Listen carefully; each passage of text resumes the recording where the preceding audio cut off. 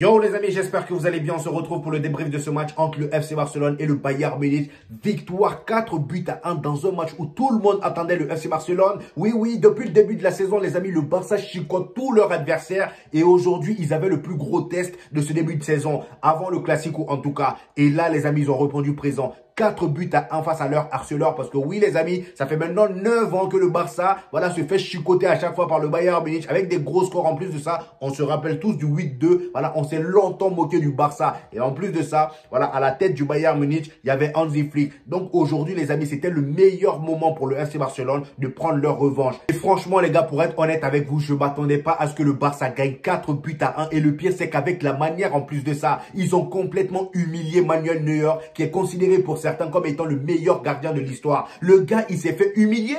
Rafinha, aujourd'hui, l'a pris pour son petit. Franchement, Rafinha, même, on va en parler parce que le match qu'il a sorti aujourd'hui, je pense que bon, on n'est pas prêt pour le Classico. Le Classico, ça va être une dinguerie entre Rafinha et Vinicius. Je pense que là, les amis, il y aura un gros duel. Les deux Brésiliens, on va voir qui est le vrai Brésilien de ce début de saison. Donc voilà, les amis, dans cette vidéo, nous allons parler du match en général et ensuite, nous allons parler des individualités du côté du FC Barcelone et un peu du Bayern Munich aussi. Voilà, parce que vraiment, en termes d'individualité, aujourd'hui, il y en a eu. Du côté du Barça même, je pense que tout le monde a été au rendez-vous ou presque. Donc, dans la composition du Barça aujourd'hui, Hansi Flick a décidé de mettre Fermín López. Voilà, le gars revient de blessure et il a été titularisé. Franchement, ça a fait du bien pour le FC Barcelone. D'ailleurs, Fermín López, très gros match de sa part aujourd'hui pour quelqu'un qui revient de blessure, les amis. C'est pourquoi je vous dis, les amis, Hansi Flick, il aura des maux de tête avec tous ces joueurs au milieu. Parce que je sais même pas, franchement, à sa place, je sais même pas qui mettre en tant que titulaire. Regardez aujourd'hui, Fermín López titulaire. Le gars, il a été auteur de 2 passes décisives. Et en plus de ça, malgré que Dani Olmo soit disponible, ça lui a permis aussi à Dani Olmo de se reposer avant de commencer les vraies échéances. Donc voilà, c'était le petit changement du côté du FC Barcelone. L'attaque, c'était la même chose. Robert Lewandowski, Lamine Yamal et Rafinha. Dès la première minute de jeu, le Barça, je vois qu'ils n'ont pas perdu du temps. Rafinha tranchant comme jamais. Le gars, depuis le début de la saison, il n'arrête plus de marquer. Il n'arrête plus de faire des passes décisives. Le gars, aujourd'hui, il avait le brassard. Il s'est dit, c'est le moment de marquer le coup. C'est le moment de montrer au monde entier que je ne m'appelle pas Claude Moutemba. Ils se sont longtemps foutus de moi. C'est moi que vous vouliez remplacer par Nico Williams. Le gars, 1 minute, 1 but. Il te dribble Neuer et il met dedans.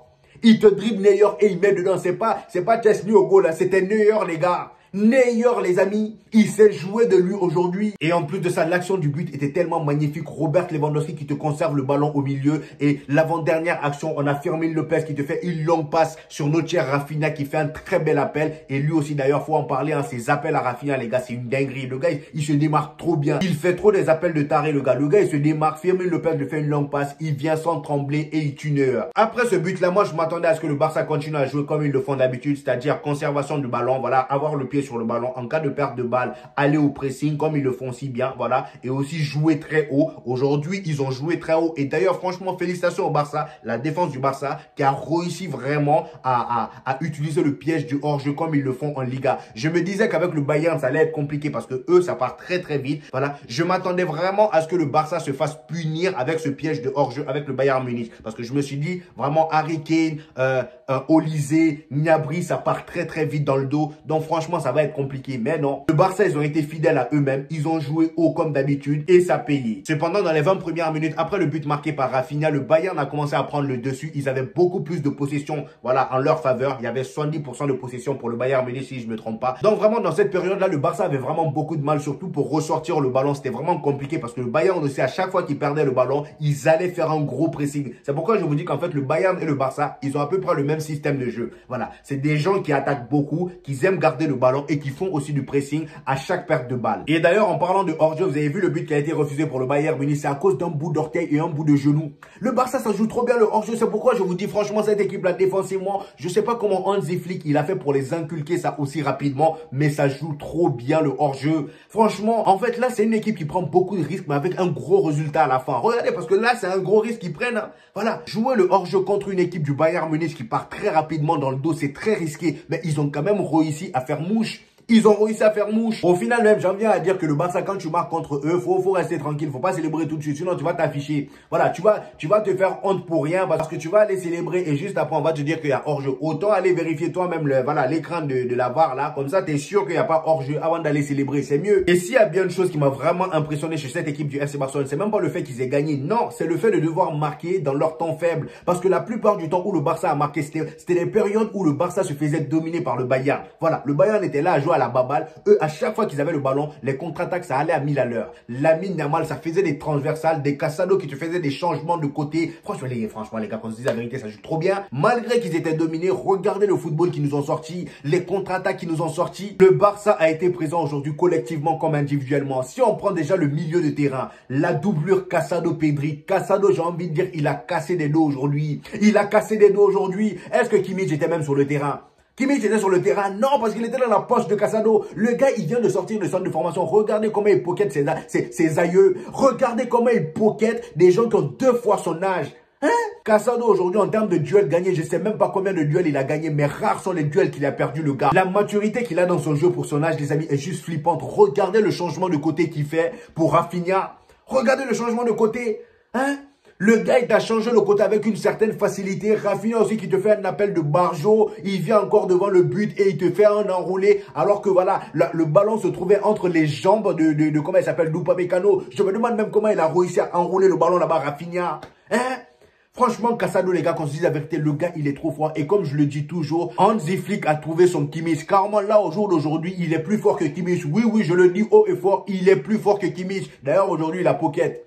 Il a pocket. Le niveau d'insolence qu'il y avait dans ce match-là, les amis, me dépassait. Franchement, quand tu vois Pedri, par exemple, le gars, à chaque fois qu'il recevait la balle, carrément, le Bayern ne l'attaquait même pas à chaque fois qu'il avait le ballon. Ça sert à rien. Tu vas l'attaquer, il va réussir à sortir de cette situation comme si rien n'était. Il est tellement à l'aise, balle au pied, que ça sert même plus à rien de le faire un pressing. Est-ce que vous vous rendez compte un peu de l'insolence? Hein? Regardez comment ils tournaient en rond au milieu là-bas. À un moment même, ça jouait au tiki-taka. Voilà. Et ils ont mis leurs 4 buts. Ils étaient maintenant là à faire un taureau sur le terrain. Ils faisaient un taureau sur le terrain. Vous vous rendez compte? Face au Bayern Munich. Bayern Munich dont tout le monde a peur. Ils étaient là à faire un taureau. Ça fait une passe. Les supporters crient. J'ai dit, le Barça, ils sont arrivés là. Lamine Yamal qui te met des petits ponts par-ci, par-là. Lui-même, il s'est régalé. Lui-même, depuis un moment, il est à l'aise maintenant d'une manière. Son calme, même quand il a le ballon, là, même m'énerve. Hein? Le gars, il a le ballon, tu le vois, il court doucement, voilà, sans prise de tête. Il a le ballon, il fait ses petits slaloms, hein? Il met des 2-3 petits ponts. Regardez le petit pont qu'il a mis dans les fesses de Gnabry. Franchement, avec une certaine facilité, Gnabry venait tout excité. Bou, allez, tiens. Lamine Yamal aujourd'hui, c'était masterclass. Lui aussi, passeur décisif sur le 3e but de Rafinha. Et franchement, cette qualité de passe qu'a Lamine Yamal fait énormément de bien au FC Barcelone. Même en Liga, ça se voit, hein, le gars, voilà, à l'Euro avec l'Espagne, c'était pareil. Le gars a son pied gauche là, il t'enroule le ballon à chaque fois. Ça vient tout le temps tomber pile poil là où il veut. Franchement, les gars, j'en ai marre. J'en ai marre de ces gamins-là. Là, je me dis, le Classico, ça va être comment? Le Classico, ça va être comment? Parce que là, dites-vous qu'il y a des blessés qui sont de retour. Hein? Aujourd'hui, j'ai vu Gavi, j'ai vu De Jong, j'ai vu Dani Olmo rentrer. Je me dis, attendez, c'est quel genre de Classico on va aller jouer contre eux là? Parce que là, les amis, moi, je peux pas jouer avec toute cette équipe. Carrément, c'est du cheat code, alors qu'ils ont même pas fait de recrutement tant que ça. À part Dani Olmo et Paul Victor, là, ils ont recruté personne. Ils ont recruté personne. Bon, Chesney, on ne le compte pas là-dedans. Il y a Peña au goal, lui, il est bon. Et maintenant, est-ce qu'on peut parler de Rafinha, l'homme du match aujourd'hui, les gars? Franchement, 3 tirs cadrés, 3 buts. C'est bon? 3 tirs cadrés, 3 buts. Rafinha, lui aussi, il n'a pas le temps. Rafinha, cette saison, je pense que c'est une saison de ballon d'or. Et là, les gars, faut faire très attention. Si Rafinha, les amis, part jusqu'en finale avec le FC Barcelone de cette Ligue des Champions et remporte cette Ligue des Champions, soyons prêts que Rafinha sera un gros prétendant pour le ballon d'or. Si et seulement si avec le Brésil, il arrive à faire un petit truc et dire qu'il y a plein de Barcelonais qui voulaient son départ pour l'Arabie Saoudite. Ils sont allés jusqu'à se foutre de sa gueule en mettant le numéro de Rafinha sur un maillot où il y avait marqué Nico Williams. Vous vous rendez compte? On l'appelait Claude Moutemba. Moi-même, j'ai créé le nom Claude Moutemba. Rafinha, pardon. Rafinha, pardon, vraiment. Qui es-tu? Qui es-tu devenu? Rafinha, depuis un moment, je le reconnais plus. Nous, on a besoin de quelqu'un, voilà, sur qui se moquer, mais Rafinha ne donne même plus le temps. Il nous donne même plus le temps, il ne donne plus l'heure. Là, le Classico s'annonce tendu parce qu'il y aura la confrontation entre 2 Brésiliens qui réalisent un début de saison de taré. Vraiment, je pense que c'est les 2 meilleurs Brésiliens de ce début de saison, sans oublier Rodrigo aussi. Mais Rafinha, les amis, et Vinicius, ça va être tendu. Ça va être tendu. Robert Lewandowski, quant à lui, qui continue à empiler des buts. Voilà, c'est son 15e but de la saison. Il marque contre son ancien club. Il n'a pas célébré, c'est normal. Voilà, c'est compréhensible. Mais vraiment, lui aussi, très gros match de sa part. Il a été impliqué sur plusieurs buts voilà, du FC Barcelone. Il a fait un gros travail. Il décrochait énormément. Pour une fois, les amis, Robert Lewandowski, quand il décrochait, il faisait pas n'importe quoi. Il arrivait toujours à se retrouver à son poste au bon moment. Ça, voilà, on dit pas non.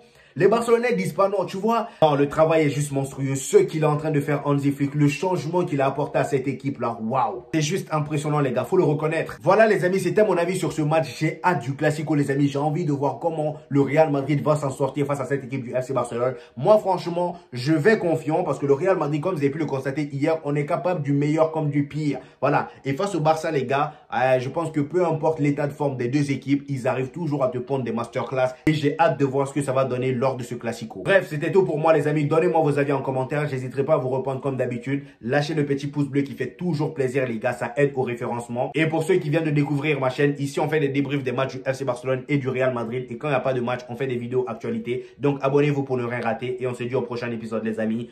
Peace!